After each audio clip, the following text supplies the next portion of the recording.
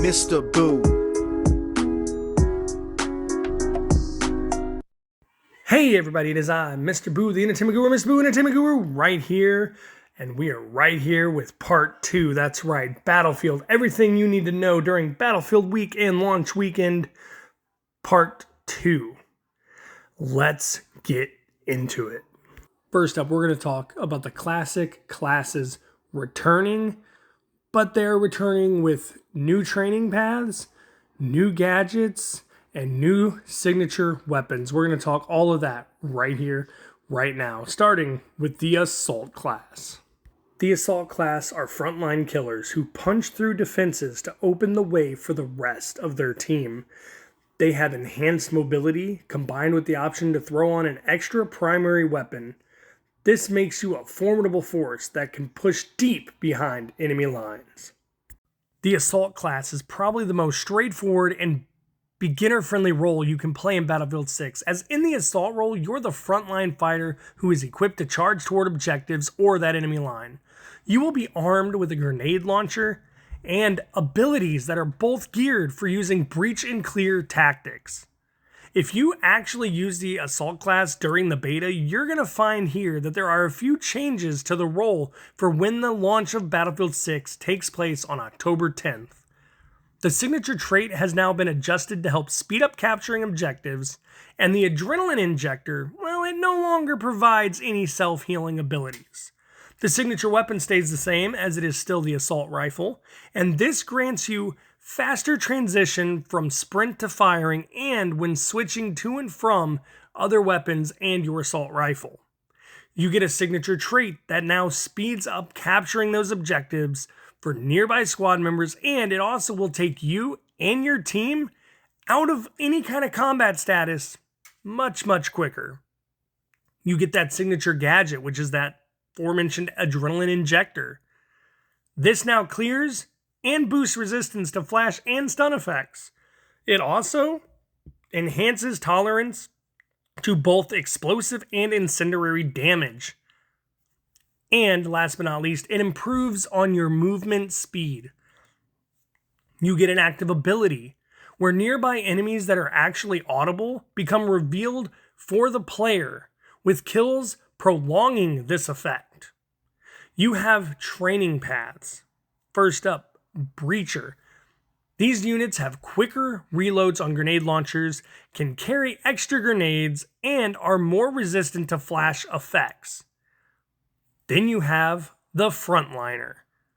These soldiers have improved health regeneration, and they also get an additional adrenaline injector charge and reduced penalty when shooting while on the move. You have these two different field training paths to choose from, and this will depend, of course, on your playstyle and preference when entering the battlefield in Battlefield 6. Frontliner is going to be a great pick, especially for beginners, as it helps provide better health regeneration, and it comes with, again, that additional adrenaline injector charge. Whereas Breacher is the choice if you're more excited about the game's destruction. And if you are excited about the destruction, and you just want to go in there and blow stuff up, that's the path for you. Now, Assault gadgets. Since the beta, the developer has also added additional gadgets exclusive to the Assault class to make them even more helpful within a role that is focused more on teamwork. As we now have the Assault ladder, and they've put the Recon's deploy beacon over on the Assault class instead of Recon. The ladder now lets Assault players create higher vantage points for their team. The deploy beacon offers a spawn point, but it does have a limited number of uses per squad, and it will self-destruct if the player playing the Assault spawns back in on it. Now, this is designed to be a tactical and more limited resource rather than a persistent advantage like it has been in previous titles and Battle 6 beta. Other gadgets and options will include the thermobaric fire grenade launcher, a high explosive grenade launcher, and of course that overpowered shoddy, which is getting a nerf upon launch. Moving on from assault, we're going to head over to the engineers, as engineers are the deterrent for tanks, helicopters, and jets. They are armed with a satchel filled with rockets and mines. This class is all about being a menace to enemy vehicles, but they are also the only class capable of repairing friendly vehicles, equipment, and weapon placements. Engineers are going to play a critical role in Battlefield 6. They're not only armed with rockets for destruction, but they're also the ones who are equipped with the repair tool capability for repairing their team's vehicles, because tanks are often used for bullying through enemy defenses and holding objectives with firepower, and a good engineer is often following those friendly tanks and making sure that those vehicles stay fit for the fight. Now on the destruction side, engineers make use of their rockets and explosives for disabling enemy vehicles and tactical destruction. A well-placed rocket or some other explosives can take down structures in a way that helps the team. They have signature weapons this time around, and they are submachine guns, and they will give them improved hipfire control. They have a signature trait to take reduced damage from explosives. A signature gadget being that repair tool, the multi-tool that is used for fixing friendly assets and armor. It can also be used to damage the enemy's assets and armor. Their active ability? Well, it overloads that repair tool to fix vehicles with enhanced proficiency. Their training paths? Well, you've got anti-armor, and that is a master of wreaking havoc on enemy vehicles with rockets that reduce the repair effectiveness, as well as extra ammunition and faster reloads for said launchers. Or you could go combat engineer, an expert dedicated to keeping everything in pristine shape. The soldier auto-generates health for vehicles that they are occupying, and they are able to use the repair tool even longer before it overheats, and they can automatically spot nearby mines. You have these two different field training paths to choose from, and this will depend again on your playstyle and preference. One is geared towards taking out enemies in their vehicles, tanks, helicopters, planes, etc., while the other path is designed to help you repair your friendly vehicles. Combat Engineer, it can be a great pick if you're the one who likes to ride around on tanks or in tanks, as the ability allows vehicles to auto-generate health while you are inside of them. The Engineer gadgets, well, engineers can choose from a selection of launchers, a supply crate, and a variety of different mines. The third class we got to talk about is Recon. That's right, we're talking the sniper who is stalking the edge of the battlefield for the perfect headshot.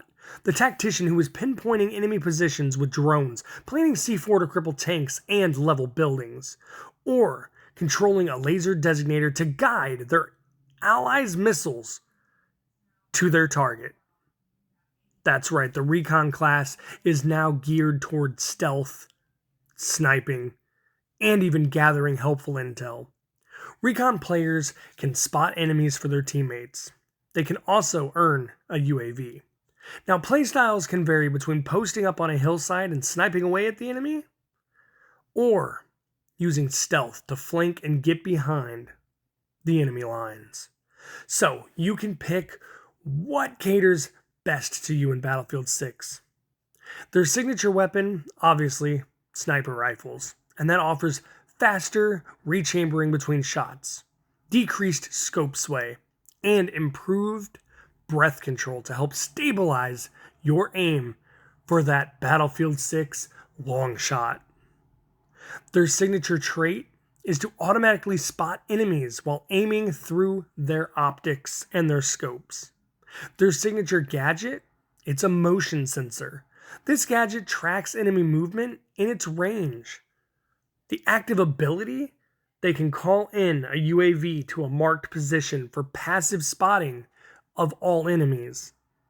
They have their two training paths, which path number 1 is that of the sniper. These long-distance engagement experts have improved auto spot speed, range, and duration. Sniper shots will highlight enemies and temporarily prevent healing, while headshots, well, that will render that struck enemy very unable to be revived at all. But then you got the other path. You got Spec Ops, which allows quieter takedowns, crouch, and prone movement. It also allows the player to spot nearby enemy gadgets, and going prone takes the player out of combat much faster. And it even removes the spot if you have been spotted. Now again, you have the two different field training paths to choose from, and again, it depends on your playstyle and preference. Which path you choose greatly depends on just how you want to play the recon role. If you want to post up and snipe, then you'll want to choose the sniper training path, while Spec Ops is the choice for getting mobile and infiltrating enemy locations with very quiet, stealthy gameplay. Now the recon gadgets, they allow you to have access to a recon drone, C4 explosives, and gadgets geared toward getting intel for their team. Previously, the recon class had the spawn beacon to provide that dedicated respawn point, but this device was actually relocated, as I mentioned earlier, to the assault class after Battlefield 6's open beta. Last but not least, we are talking support. That's right, the support class essentially plays the hero role in Battlefield 6. Support players are the medics who run into the fight to revive downed teammates and protect their numbers on the map. They also provide their team with supply bags that offer health and ammunition. Now, some game modes are geared toward team life counts, so having good medics on your team, that can be crucial for the win. It is also worth noting that anyone can revive down players in Battlefield 6, but no one does it faster or with more efficiency than the medics. Now, the signature weapon this time around is the LMG, and the players playing these medics, playing the support role, they do not suffer a sprint speed penalty while using this weapon type. Their signature trait, as mentioned before, they can drag and revive teammates much faster than anyone else on the battlefield. Their signature gadget, once again, is that supply bag that doesn't just heal allies, but it now also resupplies all your weapons and your gadget ammo. They have an effective ability, and this ability, well, it is an area of effect, where the supply area of effect around a support player is temporarily increased, as well as the speed at which they can revive people. They have their two training paths, the first one being Combat Medic. These units are able to function as a health dispensary for allies. They can regenerate health when they're reviving teammates. And then you've got the second path, the fire support path. Now, these combat experts have improved weapon control from mounted positions, and they can also provide ammo to other teammates. Now, of course, as for the fourth time now, you have two different field training paths to choose from. And again, this all depends on, you guessed it, your playstyle and your preference. Now, with support, the fire support class path might be a decent option for you if you're planning on using those LMGs for the closed weapon system. But in most cases, the combat medic, they are going to be the most powerful choice for really leaning into the role of a medic. They are going to be able to regenerate your health while reviving allies. And hey, that is a nice bonus. Now let's talk those support gadgets. Support players can choose from the defibrillator paddles for much faster revives, or deployable cover for helping provide protection to teammates. Now let's talk tools of the trade. That's right, weapons that we get at launch. We are actually going to be getting 45 to 50 weapons that includes primaries, secondaries, and melee. Yeah, that's quite a bit for a launch of a Battlefield game. Let's see what those are. As for assault rifles, we have the M433, the B36AF, the SOR556 MK2, the AK40, the TR7, the Cord 6P67, the NVO 2280, and the L85A3.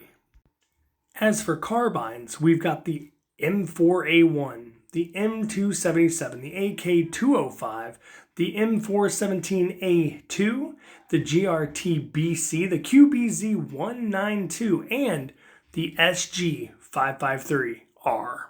Now for the smaller arsenal of SMGs, we have the SGX, the PW5A3, the PW7A2, the UMG40, the USG90, the KB9, the SCW10, and the SL9. So from smaller to a bit larger, we go to LMGs, where we have the L110, the DRS-IAR, the M60, the RPKM, the M123K, the M250, the KTS-100 MK8, and the M240L. As for DMRs, we have a small list here with the M39 EMR, the LMR27, the SVK86, and the SVDM. We get 3 sniper rifles with launch, and that's the M2010 ESR, the SV98, and the PSR. Now, from there we get a few shotties. We're talking 4 with the M87A1, the M1014, the 18.5 KSK, and the SS26 as a gadget. We also have a handful of pistols in the P18, the ES57, the M45A1, and the M44. We also, as you can see here, get quite a few launchers in the X95BRE, the M320A1 Thermatic Therm, the M320A1 Smoke SMK, the MBT Law, the SLM93A, the RPG-7V2, the MAS-148, the M136AT, the Portable Mortar, and the SCH-G1WP Incendiary Airburst Launcher. From launchers to throwables, we have the Frag Grenade, Stun Grenade, Flash Grenade, an Anti-Vehicle Grenade, the Mini Grenade, a Proximity Detector, and the Throwing Knife. And from throwing knife to stabby stab knife, we have the melee weapons, which include, of course, the old-fashioned combat knife and what you see on your screen here, the much overpowered sledgehammer. And if you're an achievement or trophy hunter, you might want to pay attention because we've got the full achievement/trophy list for you right here. We have the achievement standalone for completing the prologue. Rock of Gibraltar, complete the Rock and Operation Gladius. Devil in the Dark, complete Night Raid. Secret Service, complete No Sleep and Moving Mountains. High Roller, complete Nile Guard. Damned If You Do, complete Operation Ember Strike. Cloak and Dagger, complete the Battlefield 6 campaign. In Memoriam, pick up 1 campaign collectible. Dogs of War, pick up 5 campaign collectibles. Hounds of War, we are to pick up 10 campaign collectibles. Wolves of War, we need to pick up 20 campaign collectibles. And to round all the collectible achievements out, we have Pack Leader, where we are to pick up all the campaign collectibles. Then we have Peak Performance. Complete a single player mission on the hardest difficulty setting. Liquidator. Kill 50 enemies with headshots in the campaign. 1 stone, we are to eliminate not 1, not 2, but 3 enemies with a single grenade within single player. Doesn't seem too hard to do. Should be an easy one there. We have Armor Annihilation. Destroy 10 enemy vehicles in single player in the campaign. End of an Era. find the dinosaur figurine in the NATO base in Always Faithful. The dinosaurs are back. The dinosaur figures are back. We have efficiency. Destroy 10 mannequins in the rock.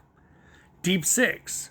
We are to destroy 3 floating mines in the campaign mission Operation Gladius. Sidearmed Savant. Complete night raid using only pistols, knives, or gadgets. Looks like a nail. Kill 5 enemies with a sledgehammer in no sleep. Then we have Bullseye Blitz. Land 6 consecutive headshots in moving mountains. Roadside assistance. All we gotta do is collapse an overpass on a tank in Nile Guard. Being watched. Spot a total of 20 different enemies with your drone in Operation Ember Strike. Then we have no reinforcements. Shoot down the reinforcement chopper with a tank during the Always Forward mission. Private First Class Montez, reach rank 9. Lance Corporal Matkovic, reach rank 14. Sergeant Redford, reach rank 25. Command and Conquest 2, capture 128 objectives in the multiplayer mode Conquest. Frontline, take 41 sectors in the multiplayer game mode of Breakthrough. Super Bomb Man, arm or disarm 5 MCOM explosives in a multiplayer match. 5x5, get 5 multi-kills as the Assault class in multiplayer. Wrench Monkey, repair vehicles for 2,042 damage in multiplayer. Nice 2042 reference there. Stoles Donation, get 250 sniper rifle kills as recon in multiplayer. A Joyful Nurse, revive 1,996 players as support in multiplayer. Medal of Honor, commit 414 acts of valor in multiplayer. We'll have to find out what those acts of valor actually are. As we move on, we have Heavy Weaponry. Get 5 kills with LMGs without reloading in multiplayer. 1200. Get 6 sidearm headshot kills in a multiplayer match. Road Rash. Get a road kill with vehicles in multiplayer. A little C4 knocking at your door. Deal 2,000 damage to enemy vehicles with the demolition charges. Then we have First Blood 2. Perform 10 takedowns in a multiplayer match. Punished. Get 129 kills in multiplayer. Then we have some of these secret ones which have been revealed. Play 74 matches in any version of Battle Royale. Take advantage of 42 call-ins. Now these are all secrets, so they don't have any names. Loot 10 superior or unique items. I believe these all have to do with the Battle Royale mode coming later on after launch. Stun enemies 316 times in Battle Royale or Gauntlet mode. Revive teammates 1,988 times in Battle Royale or Gauntlet. Win 7 matches in Battle Royale duos. So that means there's definitely teams of 2. There are duos confirmed for the Battle Royale with that secret achievement. Play 125 rounds of Gauntlet. Win a Battle Royale match as a full squad with total squad survival. So I assume the 4v, all of them, with all 4 of your members surviving and winning. Complete 214 missions in any version of the Battle Royale. Collect 9 dog tags in Battle Royale or Gauntlet. And last but not least, the last secret one here is ping a shotty in Battle Royale. So there you have it. All the achievements and trophies, as of course PlayStation will get that bonus trophy of getting all the other trophies and getting it platinumed. Now, as I was recording these videos and putting them together, Battlefield, EA, DICE, and everyone behind the game, the developers and all that, they put up a new Battlefield blog detailing a bunch of stuff for launch. And I'm just going to kind of touch on one thing that I got out of it, and then I will link that in the description below. You can go check that out, read it for yourself. The one thing that came out of it was a section called On the Horizon that stood out to me. Was the fact that they are mentioning things that we don't have, kind of like platoons or the little bird and naval warfare. What this means to me is that they might be touching on future seasons coming down the line, like a season based on naval warfare, platoons being added in as an update, and the little bird maybe being a season pass free unlockable or something they add in via a free update during a season pass. So again, I'm going to link the site in the description down below. You can check that out on your own. And I'm just going to leave you with a few Battlefield 6 tidbits, and we're going to say goodbye until you see me playing Battlefield 6 live, not only on YouTube, but also over on Twitch. I will link my Twitch in the description down below as well. I will be playing Friday, Saturday, and Sunday. Battlefield season is upon us. Here's some quick tidbits, and then I'm out. Battlefield 6 devs have said they want to humanize their aim assist by keeping it very light for controller players. Not only is Battlefield 6 stopping cheaters over on the PC side with Secure Boot, but Battlefield is to combat Chronos Zen users on console as well. Blood, mud, dirt, and grime will now cover your weapon throughout the battle in Battlefield 6. BF6 devs have said they are also dropping ray tracing and performance is going to come first. BF6 also has ultra-wide monitor support. And lastly, I'm going to touch on something that's not technically confirmed, but has been floating around there. Look at this. This is a possible soundtrack for Battlefield 6. Could you imagine this soundtrack being in Battlefield 6? Break Stuff was in one of the trailers.